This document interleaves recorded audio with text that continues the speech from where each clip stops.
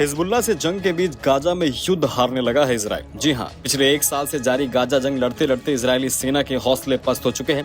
कई इजरायली सैनिक जंग के मैदान से भागने लगे हैं। वहीं रिजर्व सैनिक भी जंग में कूदने से इनकार करने लगे हैं। अब इजराइल अपनी सेना में विदेशी लड़ाके भी भर्ती करने लगा है और इसके लिए भी लड़ाकों को कई तरह के लालच भी दे रहा है। रिपोर्ट्स के मुताबिक गाजा में इजराइल के बहुत से सैनिकों की मौत हो चुकी है और अब वहां सैनिकों की भारी कमी पड़ने लगी है। रिपोर्ट्स में दावा किया गया कि इजराइल के नौजवान फौज में भर्ती नहीं होना चाहते। जब से दुनिया के सामने ये रिपोर्ट आई है, हर किसी की जुबान पे सिर्फ एक ही सवाल है। सवाल ये है कि बेंजामिन नेतन्याहू की युद्ध नीति कैसे फेल हो गई? क्या गाजा युद्ध हार रहा है इजराइल? क्या हिजबुल्लाह के हमलों से इजराइल कमजोर पड़ गया है? दरअसल 7 अक्टूबर 2023 ये वही तारीख थी जब गाजा में हमास को खत्म करने का नेतन्याहू ने ऐलान किया था। नेतन्याहू ने कहा था कि जब तक हमास जिंदा है हम चैन से नहीं बैठेंगे। इस बात को 1 साल से ज्यादा वक्त गुजर चुका है और अब इसी जंग ने इसराइल की सेना के लिए बड़ी चुनौती खड़ी कर दी है।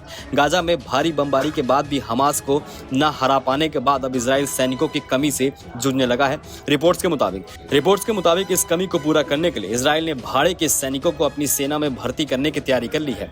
गाजा में जंग लड़ते लड़ते इजरायली सेना के हौसले पस्त हो चुके हैं। अरब मीडिया रिपोर्ट्स के मुताबिक कई इजरायली सैनिक जंग के मैदान से भागने लगे हैं। इसराइल की रिजर्व सेना ने भी जंग का हिस्सा बनने से इनकार कर दिया है। इसलिए अब इसराइल अपनी सेना में विदेशी लड़ाकों को भर्ती करने लगा है और इसके लिए वो लड़ाकों को कई तरह के लालच भी दे रहा है।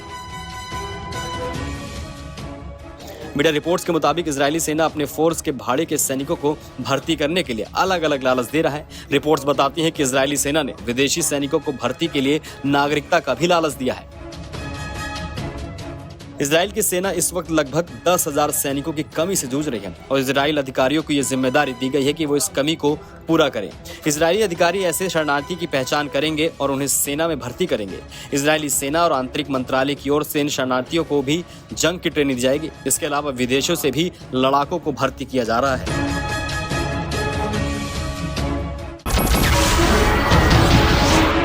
नमस्कार, मैं हूं मानक गुप्ता। अगर आपको हमारा ये वीडियो पसंद आया हो तो इसे लाइक और शेयर जरूर करें और हाँ, हमें सब्सक्राइब और फॉलो करना ना भूलें ताकि आप देश और दुनिया की कोई खबर मिस ना करें। तो जुड़े रहिए हमारे साथ और देखते रहिए News 24।